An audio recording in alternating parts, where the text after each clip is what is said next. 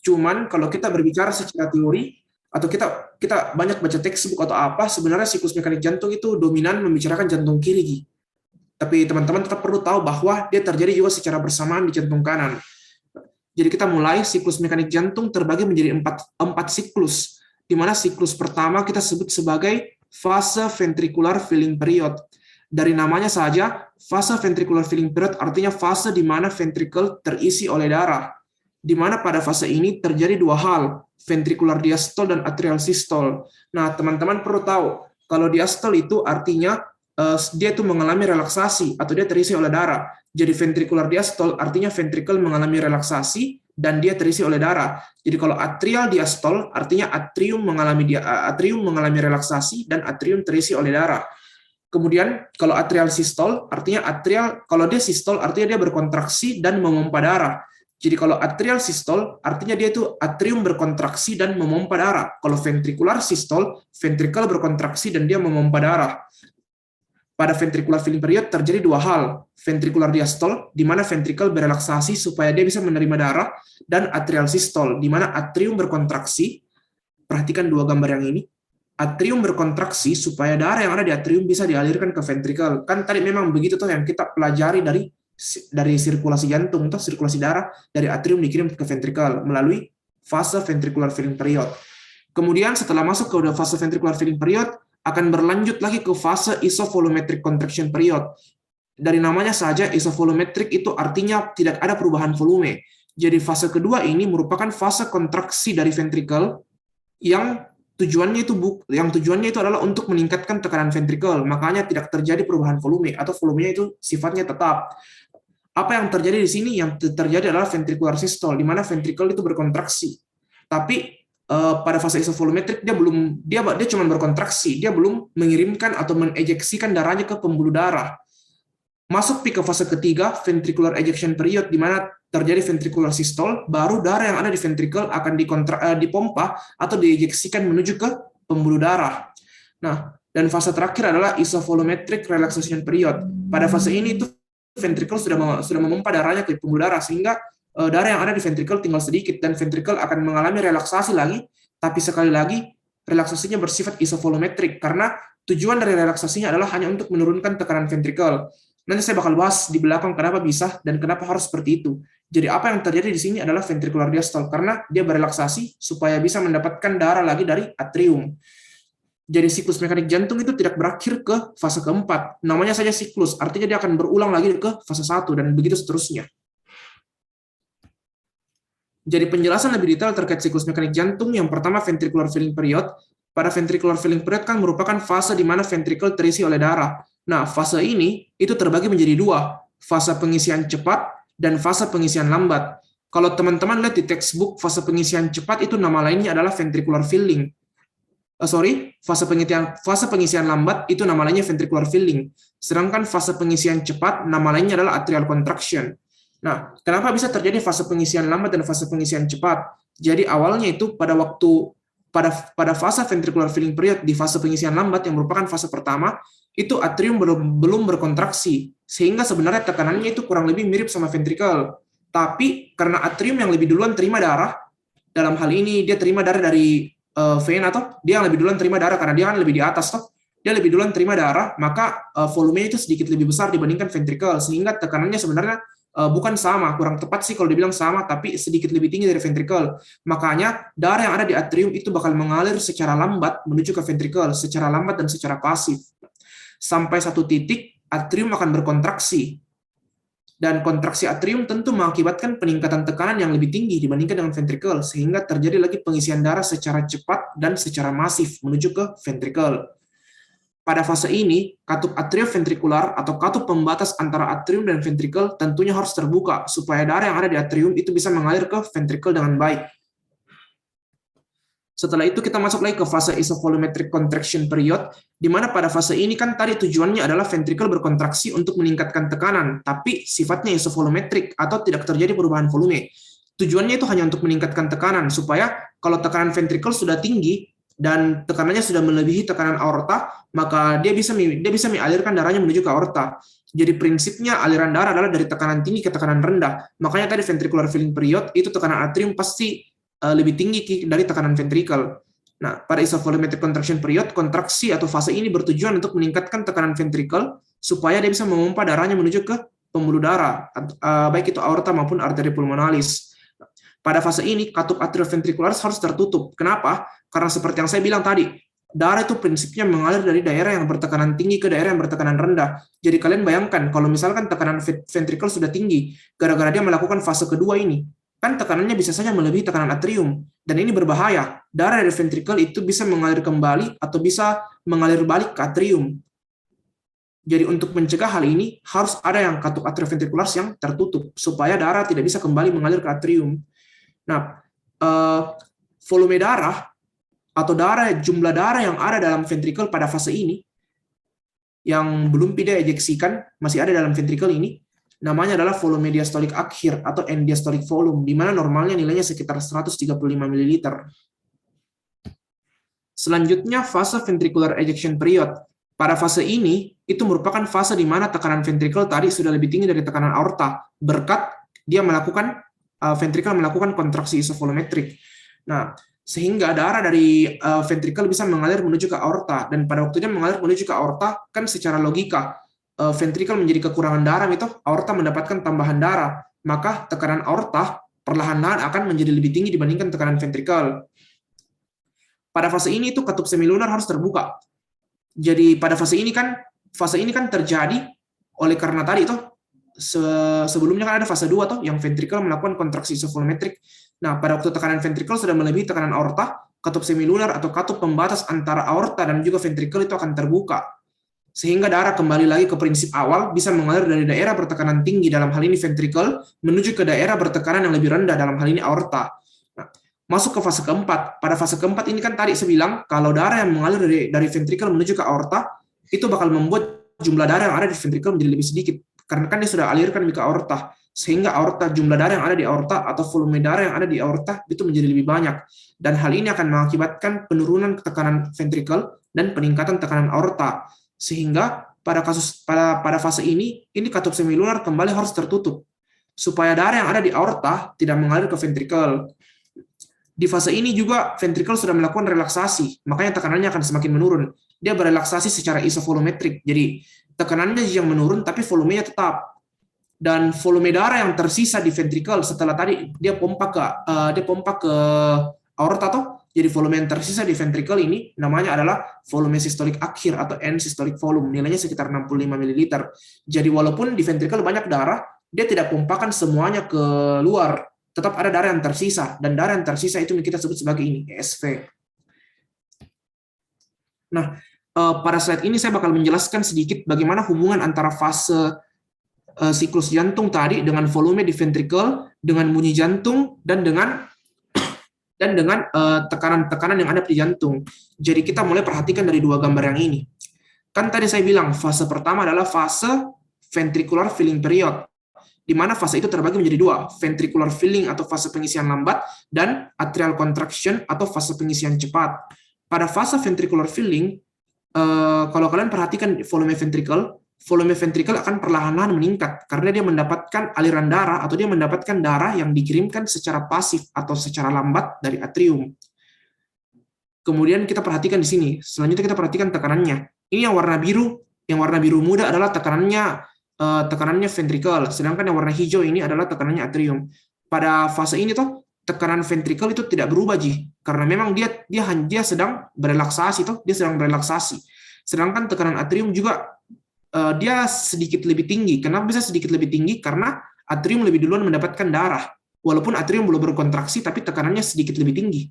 Kenapa bisa? Karena itu tadi, dia lebih duluan mendapatkan darah daripada ventricle. Jadi pasti tekanannya lebih tinggi, itu logikanya. Nah, setelah itu dari fase ventricular filling akan masuk ke fase atrial contraction. Pada fase ini kalau kalian perhatikan, volume ventricle akan semakin meningkat. Volume darah di ventricle semakin meningkat karena mendapatkan tambahan darah melalui fase pengisian cepat dari kontraksi atrium. Nah, pada fase ini kalau kalian perhatikan, di sini tekanan ventricle mulai meningkat Yang warna biru ini karena dia mendapatkan darah lebih banyak dari atrium, dan tekanan atrium juga meningkat juga gara-gara dia melakukan kontraksi. Nah, untuk bunyi jantung, hubungannya dengan bunyi jantung S3 maupun S4 saya tidak bakal jelaskan di sini karena nanti bakal dijelaskan lebih detail di praktikum. Oke, jadi tadi kita lanjut setelah kita bahas mengenai fase yang pertama atau fase ventricular filling period, kita bakal lanjut untuk membahas fase yang kedua, yaitu fase contraction isovolumetric atau isovolumetric contraction. Nah, pada fase ini kan tadi saya bilang ventricle melakukan kontraksi secara isovolumetric, yaitu dia tidak mengalami perubahan volume, tapi dia mengalami peningkatan tekanan. Makanya kalau kalian perhatikan volume darah di ventricle di sini dia datar. Artinya dia tidak berubah setelah fase ini. Fase yang ini itu fase atrial contraction, yang ini adalah fase isovolumetric contraction. Volumenya tidak berubah. Cuman di sini kalau kalian perhatikan tekanannya, yang warna biru muda, tekanannya meningkat cukup drastis, cukup masif peningkatan tekanannya. Dia akan terus meningkat sampai satu titik ketika dia sudah melebihi tekanan aorta yang warna merah. Ketika dia sudah melebihi tekanan aorta, katup aorta akan terbuka. Sehingga akan terjadilah fase ventricular ejection atau ejeksi darah dari ventricle. Nah, ventricular ejection itu dia ventricle mengalirkan darah menuju ke pembuluh darah atau menuju ke aorta. Makanya volume di ventricle kalau kalian perhatikan itu menurun. Karena dia sudah pelan-pelan alirkan ke aorta. Dan kalau kalian perhatikan tekanannya juga meningkat sampai satu titik dia bakal menurun nih. Karena sisa sedikit darah yang ada di ventricle. Setelah itu, dia akan lanjut masuk ke relaxation isovolumetric. Pada fase relaxation isovolumetric atau isovolumetric relaxation, dia merupakan satu fase di mana ventricle sudah selesai memompa darahnya ke pembuluh darah, sehingga dia akan melakukan relaksasi secara isovolumetric. Sekali lagi, isovolumetric artinya tidak ada perubahan volume, karena tujuan dari fase ini hanyalah untuk menurunkan tekanan ventricle. Untuk apa dia turunkan? Supaya dia bisa lanjut ke fase ventricular filling atau pengisian darah dari atrium ke ventricle. Jadi tekanannya harus lebih rendah daripada tekanannya harus lebih rendah daripada atrium supaya dia bisa terima darah dari atrium. Jadi apa yang terjadi di sini? Volume ventricle tidak berubah atau karena namanya saya isovolumetric. Kemudian kalau kalian perhatikan di tekanannya yang warna biru ini, tekanannya bakal menurun sampai satu titik ketika tekanannya sudah lebih kecil dibandingkan dengan tekanan atrium, maka katup bikuspid atau katup atrioventrikular itu akan terbuka sehingga darah dari atrium bisa mengalir lagi kembali ke ventricle dan siklus ini berulang kembali. Nah, kalau kalian perhatikan ada bunyi jantung S1 dan S2, bunyi jantung S1 itu terjadi di kira-kira di fase kontraksi isovolumetrik, di mana bunyi jantung S1 ini muncul akibat penutupan dari katup bikuspid atau katup atrioventrikular. Sedangkan bunyi jantung S2 dia kira-kira muncul pada fase relaksasi isovolumetrik, di mana karena dia itu menunjukkan adanya penutupan katup penutupan dari katup aorta. Jadi bunyi jantung 1 dan bunyi jantung 2 itu berbicara tentang penutupan katup. Bunyi jantung 1 penutupan katup bikuspid atau katup atrioventrikular, bunyi jantung 2 penutupan katup aorta. Kenapa dia harus tertutup tadi katupnya? Supaya tidak ada aliran balik darah. Oke, selanjutnya kita bahas mengenai pengaturan pemompaan jantung. Jadi pemompaan jantung itu dipengaruhi oleh dua regulasi. Yang pertama regulasi intrinsik dan yang kedua regulasi ekstrinsik.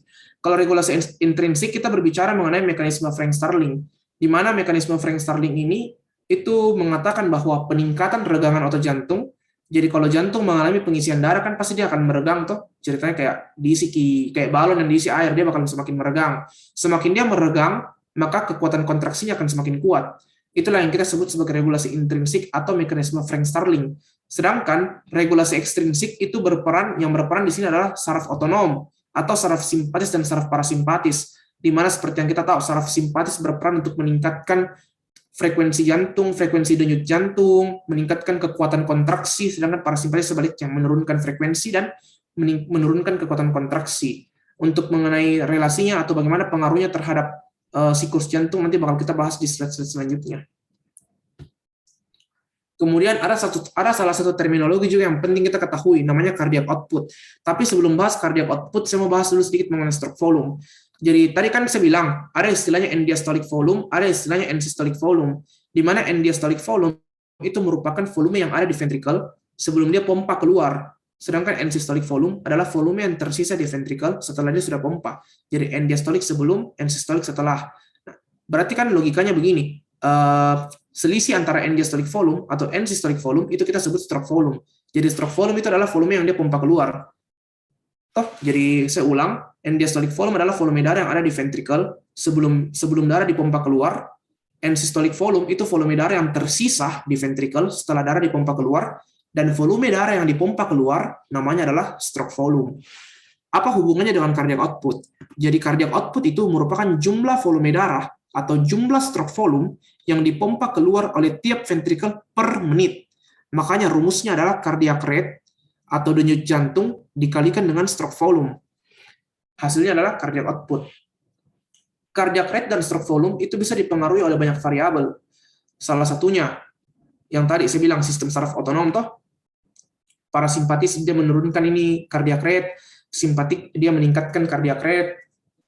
Saraf simpatis juga bisa meningkatkan kekuatan kontraksi. Kalau kekuatan kontraksi meningkat berarti volume darah yang bisa dipompa semakin banyak. Kemudian mekanisme Frank-Starling yang tadi saya bilang toh, kalau semakin teregang kita punya jantung, atau semakin banyak terisi oleh darah, atau semakin banyak end diastolic volume-nya, kan end diastolic volume itu volume yang ada di ventricle toh sebelum dia dipompa, semakin banyak maka stroke volume akan semakin meningkat. Kemudian ada juga mean arterial pressure. Ini yang garis titik-titik atau garis putus-putus, artinya dia kayak menurunkan. Kalau garis tegas itu artinya dia meningkatkan. Nah, mean arterial pressure itu berbicara tentang tekanan darah. Nanti kita akan bahas sebenarnya di belakang, tapi mungkin saya jelaskan sedikit mau saja. Mean arterial pressure itu kalau dia meningkat atau tekanan darah arterimu kira-kira meningkat, itu menunjukkan bahwa di pembuluh darahmu tuh ada tahanan atau ada hambatan begitu di pembuluh darahmu, sehingga secara logika pasti kalau ada hambatan di pembuluh darahmu, volume darah yang bisa dipompa bakal berkurang tuh karena terhambat oleh tahanan itu. Oke, cukup untuk cardiac output. Lanjut ke tekanan darah. Jadi sebenarnya kalau definisinya tekanan darah itu kalau berdasarkan textbook dia merupakan kekuatan atau dorongan yang disebabkan oleh aliran darah terhadap dinding-dinding endotel pada waktu dia dipompa keluar oleh jantung.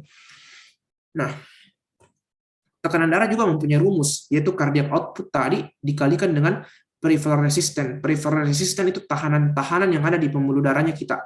Jadi cardiac output tadi dipengaruhi oleh apa? Cardiac factor seperti heart rate itu denyut jantung, kontraktilitas tadi itu ada tuh kontraktilitas semakin kuat, kontraktilitas stroke volume semakin banyak, jadi cardiac output semakin tinggi. Terus volume darah juga. Volume darah ini berbicara mengenai stroke volume. Ini kan ada sodium itu natrium itu sifatnya mengikat air. Jadi kalau dia mengikat air, maka dia bisa meningkatkan volume darah, maka pasti cardiac output meningkat. Mineralocorticoid, mungkin teman-teman agak asing sama ini istilah. Mineralocorticoid itu nama lainnya itu adalah aldosteron. Aldosteron itu merupakan hormon yang dihasilkan oleh glandula adrenal. Glandula adrenal itu kelenjar yang ada di atasnya ginjal. Dia dihasilkan oleh glandula adrenal dan dia berperan untuk meningkatkan reabsorpsi natrium di ginjal. Jadi kalau meningkat reabsorpsi natrium, maka cairan juga akan ikut masuk atau cairan juga akan meningkat dalam tubuhnya kita. Makanya volume darah akan meningkat, stroke volume meningkat, cardiac output meningkat. Kalau atrial natriuretic peptide itu merupakan hormon yang dihasilkan sama atrium yang bertujuan dan berperan untuk menurunkan volume cairan di dalam tubuhnya kita. Kalau untuk peripheral resistant, mungkin kalian bingung, apa maksudnya tahanan di pembuluh darah atau apa maksudnya hambatan di pembuluh darah. Jadi mungkin kalian pernah dengar istilah vasokonstriksi dan vasodilatasi. Nah, pembuluh darahnya kita itu bisa mengalami vasokonstriksi atau bisa menyempit dan bisa juga melebar atau vasodilatasi. Kalau misalkan pembuluh darahnya kita vasokonstriksi atau menyempit, berarti tentu ada tahanan gitu. Tahanannya itu karena semakin sempit, makanya aliran darah bisa melambat. Kalau sebaliknya, kalau dia mengalami vasodilatasi atau dia melebar, maka aliran darah pasti bisa berjalan atau berlangsung dengan cepat. Nah, peripheral resistance juga dipengaruhi oleh banyak hal, seperti faktor hormonal. Faktor hormonal tuh ada beberapa hormon yang bisa bikin pembuluh darahmu vasokonstriksi. Teman-teman bisa baca sendiri. Ada juga beberapa hormon yang bisa bikin pembuluh darah vasodilatasi. Ini juga teman-teman bisa baca sendiri. Kemudian ada juga faktor neural, faktor persarafan. Jadi ini ini yang alfa adrenergik sama beta adrenergik sebenarnya hanya berbicara soal reseptor dalam saraf lah. Cuman teman-teman cukup perlu tahu saja bahwa ini saraf simpatis ataupun parasimpatisnya kita itu juga bisa berpengaruh terhadap peripheral resistance atau terhadap tahanan pada pembuluh darah. Dan juga faktor-faktor lokal seperti autoregulasi pH. Jadi kalau pH menurun, itu biasanya cenderung pembuluh darahnya kita vasodilatasi. Kenapa harus seperti itu? Karena pembuluh darahnya kita mau keluarkan asam, supaya darah itu bisa mengalir dengan cepat, jadi asam yang ada dalam tubuhnya kita bisa cepat dikeluarkan. Yang kedua adalah hipoksia. Kalau hipoksia ini kan kita berarti kan artinya sel atau jaringan tubuh kekurangan oksigen toh, makanya pembuluh darah harus vasodilatasi supaya dia bisa cepat mengalirkan darah menuju ke sel atau jaringan yang kekurangan oksigen atau mengalami hipoksia. Oke, cukup untuk tekanan darah. Jadi kalau kita berbicara tentang tekanan darah, kita perlu mengetahui dan memahami beberapa istilah. Yang pertama, tekanan sistolik. Tekanan sistolik itu merupakan tekanan maksimal yang ditimbulkan pada arteri besar pada waktu jantung memompa darah ke seluruh tubuh. Tekanan diastolik merupakan tekanan terendah yang ditimbulkan pada arteri besar ketika jantung mengalami relaksasi. Jadi misalkan ventricle toh, kalau ventricle dia memompa darah menuju ke aorta, itu kan pasti akan ada peningkatan tekanan toh. Nah, itu peningkatan tekanan pada arteri tujuannya itu untuk mengalirkan darah sebenarnya. Jadi kalau ketika ventricle memompa darah menuju ke arteri atau menuju ke aorta, maka dia akan mengalami peningkatan tekanan atau akan ada tekanan maksimal. Tekanannya bakal pelan-pelan turun, dan tekanan terendah itu disebut sebagai tekanan diastolik, sedangkan tekanan tertinggi itu tekanan sistolik. Kalau kita bicara soal tekanan darah tuh, tekanan sistolik sama tekanan diastolik, kita jarang sekali bicara soal jantung kanan, jadi kita cuma dominan bicara soal jantung kiri. Soalnya konsep tekanan darah di jantung kanan sedikit berbeda. Jadi tekanan darah ini hanya berbicara mengenai jantung kiri karena dia berhubungan dengan fungsinya untuk memompa darah ke seluruh tubuh. Terus ada juga istilah tekanan nadi. Tekanan nadi itu perbedaan tekanan sistolik dan diastolik, atau selisihnya tekanan sistolik dan tekanan diastolik. Dan terakhir, tekanan arteri rata-rata. Tekanan arteri rata-rata itu merupakan tekanan rata-rata yang mendorong darah menuju jaringan tubuh di sepanjang siklus jantung. Jadi kalau misalkan kalian pernah lihat toh tekanan darahnya orang ada sistol ada diastol, itu tekanan rata-ratanya. Kalau misalkan ditanya di soal toh tekanan rata-ratanya, bukan cara hitungnya itu sistol tambah diastol bagi 2 nah, tapi ada rumusnya. Tekanan diastol tambah sepertiga tekanan nadi. Tekanan nadi tadi apa? Sistol kurang diastol. Kalau teman-teman turunkan ini, teman-teman bakal dapat rumus sistol tambah 2 diastol per 3.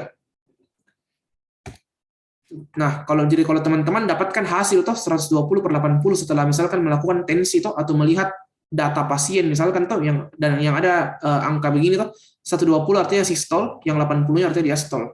Jadi pembilang itu sistol, penyebut itu diastol. Orang-orang yang mengalami hipertensi, tekanan sistolnya itu lebih tinggi daripada 139, atau diastolnya lebih tinggi daripada 89. Sedangkan orang-orang yang mengalami hipotensi atau tekanan darah rendah, sistolnya itu kurang dari 110 dan diastolnya kurang dari 70. Kalau hipertensi tadi peningkatan tekanan darah. Kemudian selanjutnya adalah elektrokardiogram atau EKG. Berasal dari kata elektro yang artinya listrik dan kardio yang artinya jantung. Ada istilah elektrokardiograf. Dia merupakan alat untuk merekam aktivitas listrik jantung. Ini gambarnya. Sedangkan elektrokardiogram merupakan grafik hasil perekaman aktivitas listrik yang dihasilkan oleh jantung. Jadi kalau kita misalkan mau rekam aktivitas listriknya jantung, toh ini aktivitas listrik jantung berarti kita berbicara mengenai sistem konduksi. Nah, jadi pada waktu kita mau merekam aktivitas listrik jantung menggunakan alat elektrokardiograf, nanti bakal muncul hasilnya, bakal terprint hasilnya. Nah, itu printannya itu yang kita sebut sebagai elektrokardiogram. Nah, ini gambarannya, bagaimana gambaran elektrokardiogram yang normal. Cuman saya rasa juga ini teman-teman tidak perlu tahu terlalu detail. Intinya perlu tahu saja bahwa ada istilah elektrokardiogram dan apa fungsinya. Nah, terakhir ini kita bakal bahas mengenai kelainan jantung yang berhubungan dengan gigi atau berhubungan dengan mulutnya kita. Yang pertama ada namanya aterosklerosis. Apa itu aterosklerosis? Dia merupakan suatu kondisi yang sifatnya kronik. Kronik artinya lama atau dalam jangka panjang, di mana kita punya pembuluh darah arteri itu menjadi kaku dan keras akibat dari adanya plak. Plak ini biasanya lemak yang menempel pada dinding-dinding pembuluh darah. Apa penyebabnya ada plak atau apa penyebabnya ini sumbatan? Ada dislipidemia. Dislipidemia itu peningkatan lemak lah atau peningkatan lipid dalam darahnya kita. Ada diabetes, merokok, hipertensi, dan juga pengaruh genetik. Selain itu juga bisa juga hubungannya adalah dengan infeksi pada gigi atau infeksi pada rongga mulutnya kita.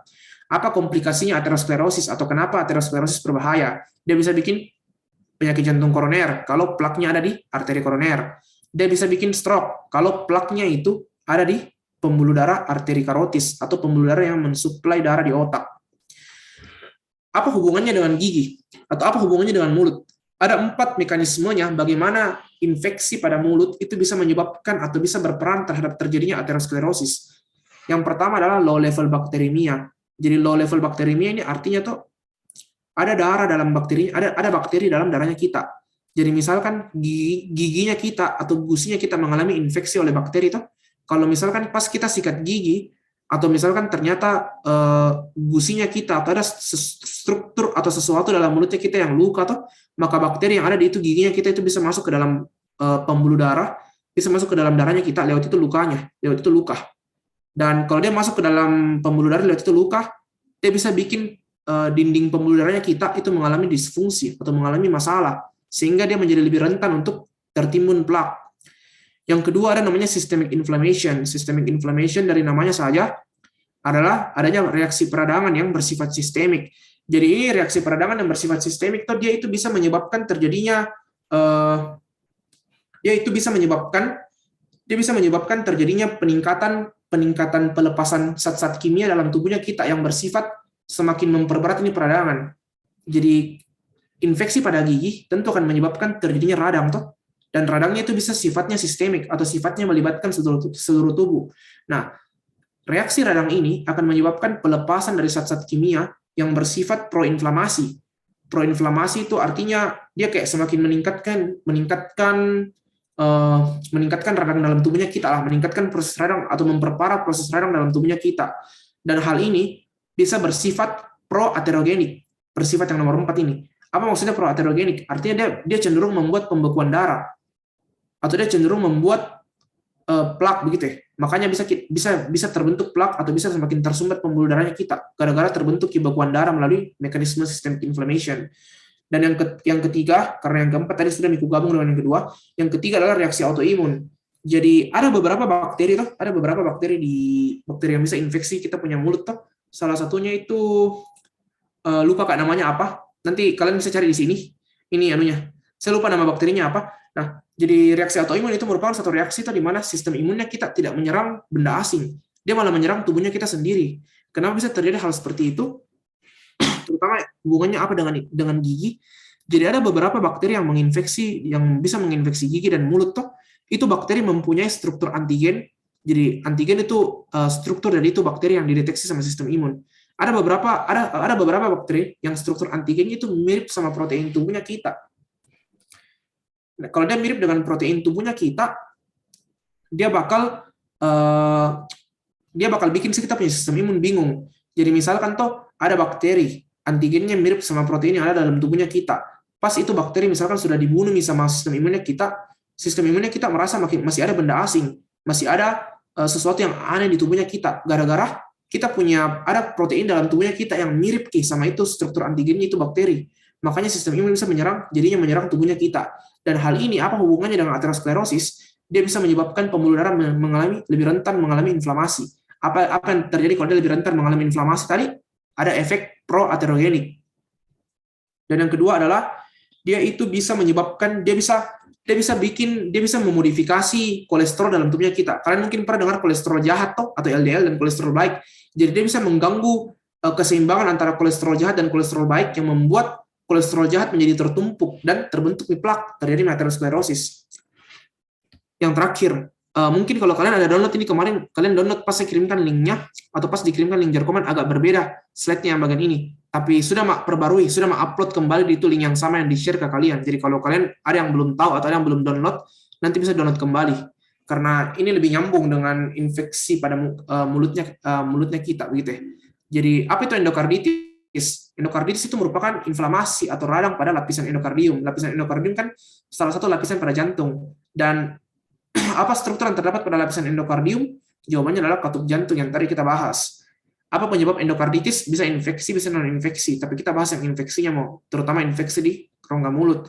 Apa komplikasinya? Bisa bikin stroke embolik, bisa bikin abses cerebri. Abses cerebri itu kayak ada nanah di otak.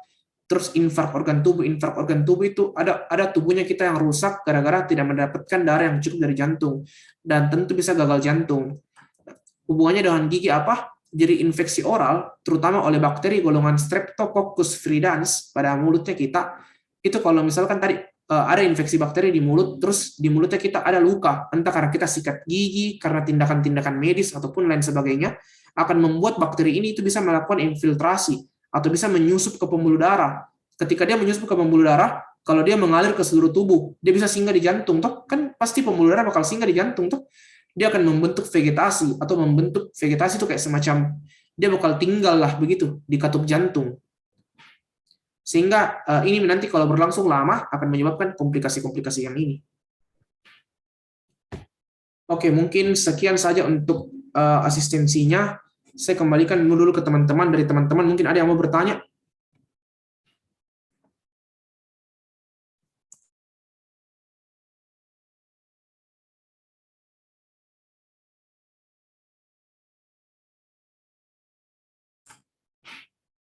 Kalau tidak ada, saya kembalikan ke Arya. Ya, oke, makasih banyak Sanjaya untuk asistensi yang sudah diberikan. Kalau begitu kita masuk lagi ke breakout room masing-masing untuk responsif. Mungkin bisa dibuka